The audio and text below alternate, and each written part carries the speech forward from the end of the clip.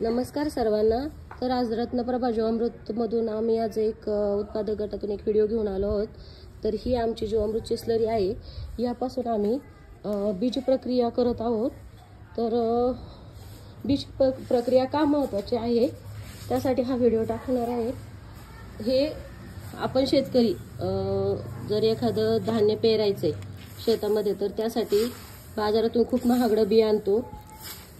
तर आम्ही घरचेच गहू व्यवस्थितरित्या चाळून चांगले घेऊन त्याला जीवामृतची कोटिंग करणार आहोत आणि हे सावलीतच सुकून देऊन उद्या पेरणीसाठी घेणार आहोत। याचा फायदा असा होतो की जे आपण म्हणतो की रानानी बी धरलं किंवा उगवलंच नाही चांगलं, तर जीवामृतच्या कोटिंगनी आणि याने असा परिणाम होतो की त्याची उगवण्याची क्षमता वाढते।